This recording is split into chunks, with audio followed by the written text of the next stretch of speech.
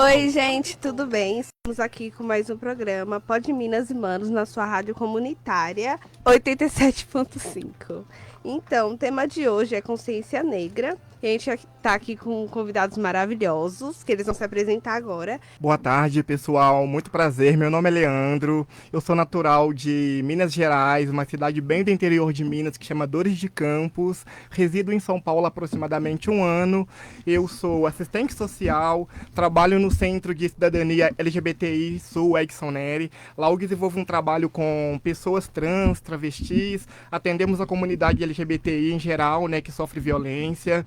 Eu também sou pesquisador nas relações étnico-sociais. Atualmente eu estou fazendo uma pós-graduação em africanidades e cultura afro-brasileira, também numa pegada decolonial, que eu acho que é muito importante nós descolonizarmos, né, as formas de saberes que nós temos aí, que nós sabemos que esses saberes que são ensinados aí, principalmente na escola, né, no ensino básico, no ensino médio, né, no ensino fundamental e médio, são saberes europeus, coloniais. Então é muito importante nós decolonizarmos as formas de saberes existentes atualmente.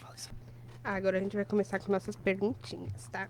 Quando a gente pensa em políticas públicas, parece que ainda há um longo caminho para promover a igualdade racial, certo? Então, o que vocês acham que precisa mudar para isso acontecer de verdade?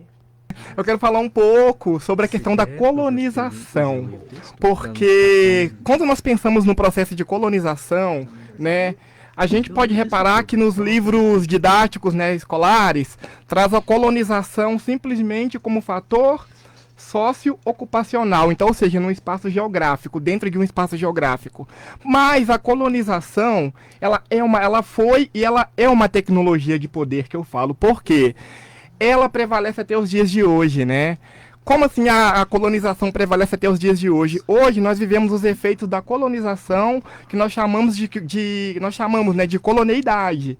Então, a colonização, ela colonizou não só o espaço geográfico, mas a nossa vida também. Sabe, eu costumo falar assim que nós precisamos entrar num processo de descolonização do nosso inconsciente, porque o nosso modo de ser, de estar, de agir, de sentir o mundo, ele é totalmente eurocêntrico. Então, ou seja, tudo aquilo que foca na Europa envolve a colonização. Então é necessário a gente fazer esse processo de desconstrução colonial do nosso próprio corpo, da nossa própria subjetividade que eu falo, sabe? Aí eu gosto muito de trazer em mente a Lélia Gonzalez, né? Que ela fazia muito esse debate, né? Pegando a questão racial no Brasil. Então, assim, até com base também na psicanálise lacaniana, né? Que ela foi muito, assim, referência em Lacan. Então, assim, é muito importante a gente trabalhar esse processo de descolonizar. E como que nós descolonizamos o nosso modo de ser e de estar no mundo? Eu costumo falar que é através do letramento racial. A Neuza Santos, ela tem uma obra que chama Tornar-se Negro. Ela fala assim que nós só nos tornamos negros a partir do momento que nós fazemos o quê? Um resgate histórico, que nós temos consciência de nós mesmos, da nossa própria ancestralidade, de quem realmente nós somos e de onde nós vimos. Então eu acho muito importante esse processo de resgatar a nossa ancestralidade, mas para a gente resgatar a nossa ancestralidade, a gente pode reparar que é um desafio muito grande. Por quê? Socialmente falando, a gente vive numa sociedade que é totalmente antinegra. Nós não temos nada nos nossos espaços educacionais que faz com que nós possamos recuperar e resgatar a nossa ancestralidade negra, preta. Então é um desafio muito grande. A mídia e o entretenimento têm uma influência enorme nas nossas percepções. Vocês acham que a representatividade negra tem avançado? Muito interessante. Eu trago também o mito da democracia racial, porque se nós pararmos para analisar, existe todo um dispositivo. Nós sabemos que tem pessoas negras que realmente se ascendem socialmente falando, mas a mídia, ela vai sempre tentar colocar que existem oportunidades iguais para todos. E Sim. isso é um mito, isso não existe. A democracia racial ela é tão perversa porque a mídia consegue trabalhar isso de uma forma tão assim elaborada a tal ponto da sociedade começar a reproduzir que os negros não estão alcançando os espaços de poder porque não querem. Aí entra no status da meritocracia, né? No discurso da meritocracia. E não é bem assim, sabe? Porque nós sabemos que, historicamente falando, nós partimos de um lugar totalmente desigual com relação à branquitude, né? Porque, assim, houve vários projetos de Estado, várias leis antinegras, né? Que fez com que o nosso povo ficasse cada vez mais numa situação de vulnerabilidade social, né? Econômica, social, financeira, de todas as formas. Então, assim, o mito da democracia racial, para mim, ele é um perigo muito grande. Porque ele cria essa ilusão que existe oportunidades iguais para todos, mas na verdade não existe, né? Fato é que, se nós pararmos para analisar, quando a gente olha para o governo, vamos falar de política, né? Quando a gente olha para o governo, a gente não vê representatividade negra, Nenhuma. preta no governo. Por quê? Se não tem representatividade, então não existe oportunidades iguais para todos ali, né? E uma coisa que eu acho muito importante também, né? A mídia, quando ela vem trabalhando essa questão sobre, né? Pretos no topo, a pessoa conseguiu chegar lá, né? A gente ouve muito isso. Uma coisa que eu tenho visto também, até dentro da comunidade negra, que eu acho um pouco perigoso, é a distorção do significado de empoderamento.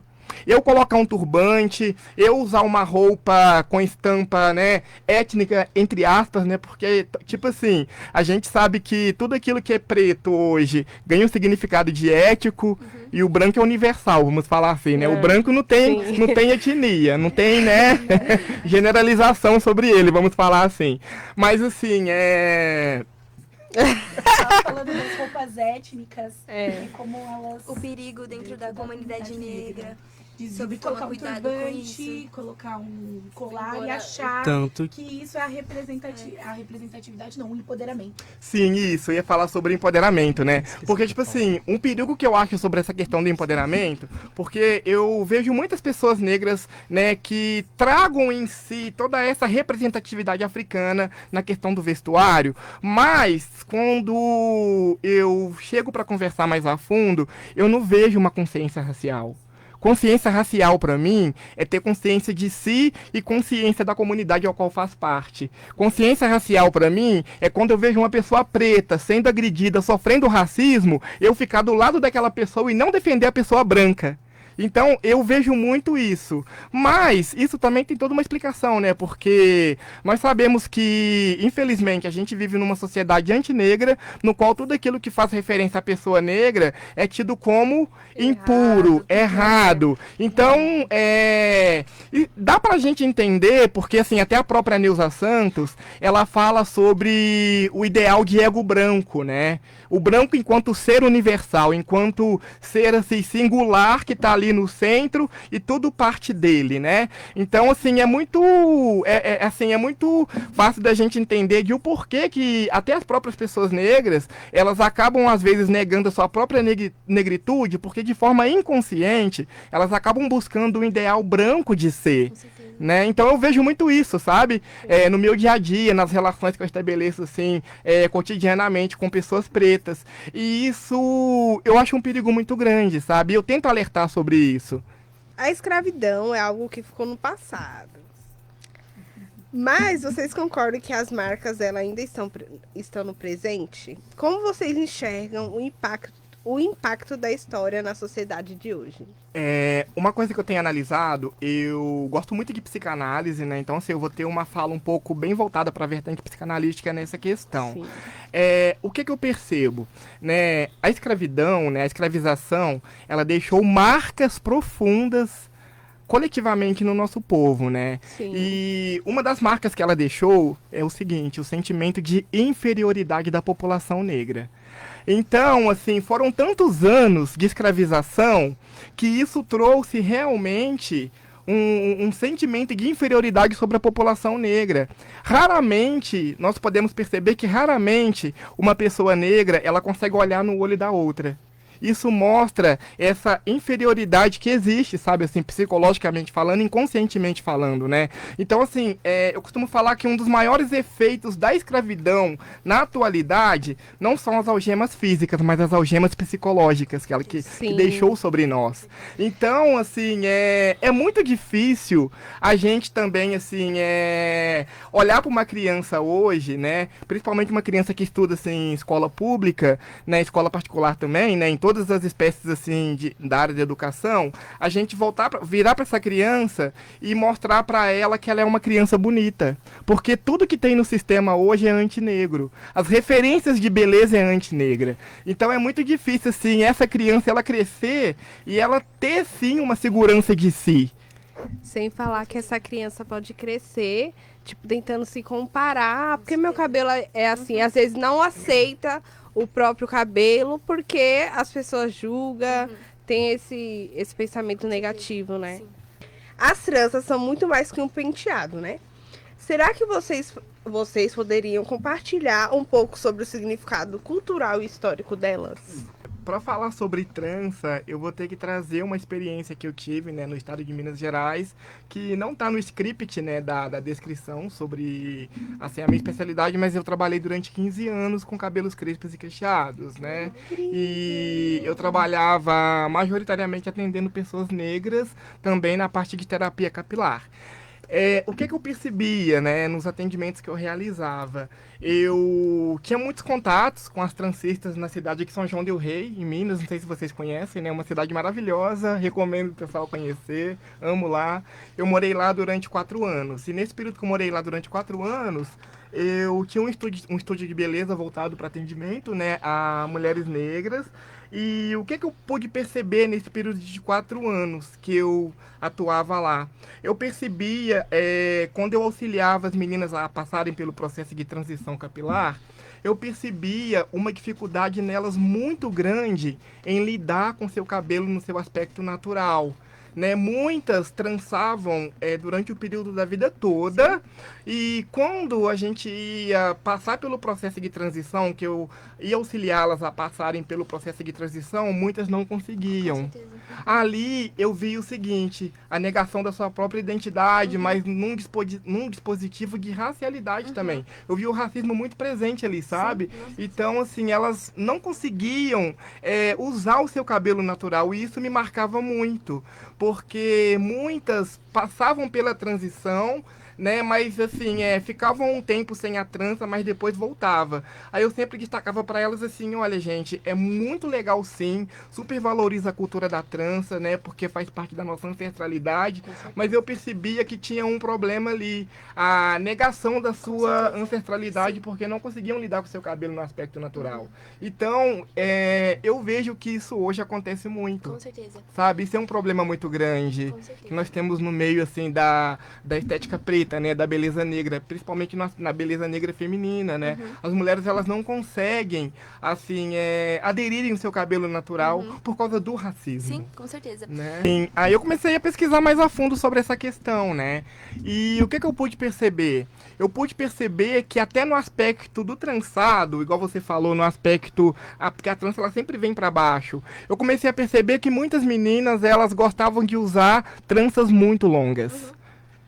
Eu comecei a perceber que isso tinha associação com o padrão de beleza europeu, né? Aquele cabelo longo, liso. Então, assim, é muito louco a gente analisar por essa ótica, porque a gente percebe que até mesmo dentro da nossa cultura, as pessoas acabam caindo na armadilha de buscar um aspecto eurocêntrico, né? Nesse caso das tranças longas. Né? E é uma coisa inconsciente, né? É algo inconsciente, sim, sim. A violência policial é uma realidade frequente e dura para a população negra no Brasil. Vocês acham que algo está mudando em relação a isso? É importante também, assim, pegando um gancho da sua fala, né, falar um pouquinho sobre a questão social, né, que são as expressões da desigualdade social sendo encaradas como caso de polícia, né? A gente vive num país que o Brasil está assim, as desigualdades sociais, elas estão crescendo cada vez mais. E eu percebo que essas desigualdades, elas estão cada vez mais sendo encaradas com represálias da polícia, né? Então isso é um problema muito grande, porque a partir do momento que a comunidade, principalmente a população negra, né, ela sofre represália por parte da polícia pela sua própria condição de existência, né, que são condições subalternizadas, a gente acaba responsabilizando o sujeito pela sua própria condição. E isso é totalmente errado, porque assim, as vulnerabilidades sociais, as populações não têm culpa de vivenciar em situações vulneráveis, né? Muito pelo contrário, o Estado que é responsável por não criar políticas públicas efetivas para poder garantir acesso à moradia, garantir acesso à educação. Por exemplo, tem uma autora que eu gosto muito dela, que é a Joyce Bert. Ela tem um livro que chama Se a Cidade Fosse Nossa. Eu acho fantástico essa obra dela, porque ela fez um estudo sobre a cidade de São Paulo, né? E ela mostra como que é tudo estrategicamente pensado de forma a excluir o negro, né? Um exemplo, eu tive algumas vezes no centro de São Paulo, eu comecei a analisar uma coisa, eu comecei a pensar assim: por que que a segurança, por que que as polícias militares ficam em massa no centro de São Paulo? Isso não é do acaso, é tudo estrategicamente pensado como forma de repressão. Porque, por exemplo, quando a gente vai assim em alguns espaços mais nobres aqui da cidade, a gente percebe que o policiamento é maior ali. Mas esse policiamento é para poder reprimir o corpo preto e dar segurança para aquelas pessoas que têm um acesso, né, economicamente falando, alto, para a classe alta, vamos falar assim, alta burguesia. Então eu vejo que isso é um problema muito grande aqui na cidade de São Paulo. E eu vejo também que na lei orçamentária, principalmente assim, no partido de direita, eu vejo que a segurança ela está sempre em alta nas discussões. Por quê? Isso não é do acaso. Tem toda uma estratégia aí, né, municipal, assim, por parte da liderança, em reprimir realmente aqueles corpos que eles sabem que eles não querem que tenham acesso, né, aos espaços onde a burguesia frequenta. Então isso é muito sério. E assim, tem também a questão do encarceramento em massa, né? Porque se nós formos aí nas penitenciárias, né, destacando a palavra penitenciária que vem de cumprir pena, né? É algo, eu vejo muito aí a questão do colonialismo católico, da religião, da penalidade, né? Os presídios no Brasil hoje, eles são desenvolvidos de maneira realmente a penalizar as pessoas que fazem parte lá dentro da instituição. Não tem humanidade dentro dos presídios. E a maior parte das pessoas que fazem parte dos presídios são pessoas negras, majoritariamente falando, né? Por exemplo, dentro da violência policial, né, quando o jovem negro é preso, raramente, basicamente, não acontece a audiência de custódia, né, que é uma ritualística no qual, quando a pessoa é presa, se eu não estiver enganado, ela precisa comparecer perante o juiz no período de 24 horas para que ali seja decidido, né, o futuro daquela pessoa, basicamente isso. Não acontece audiências de custódia com pessoas negras. Então, assim, tem muitas pessoas que estão em situação, assim, de dentro, né, do sistema prisional, que não passaram por audiência nenhuma até hoje, estão lá aguardando. A grande maioria, na verdade, né? A grande maioria. Então, isso é muito sério também, né?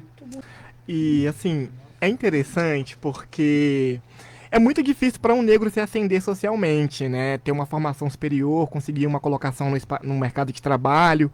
E quando a gente consegue, a gente acha que, tipo assim, nossa, consegui.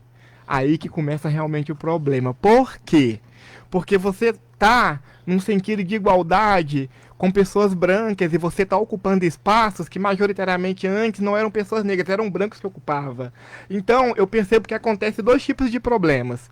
Ou há uma tentativa do sistema em embranquecer aquele negro que está naquele espaço, ou se não, vai haver uma tentativa de negação da subjetividade da pessoa preta, daquele profissional que habita aquele espaço. Então é uma coisa que eu tenho percebido, sabe, assim, dentro dos espaços, sabe, essa negação da subjetividade principalmente. Aí entra uma questão que, mesmo um profissional que ele tem a qualificação para poder trabalhar em determinado lugar, sempre vai haver pessoas que vai querer o colocar numa condição de menos, pelo fato dele ser negro. É o corpo racializado, né? Então, assim, mesmo que o profissional ele tenha todo um aparato, uma capacidade profissional, o corpo dele sempre vai ser racializado por causa da cor. Então, assim, isso faz com que há uma negação do intelecto mesmo, sabe?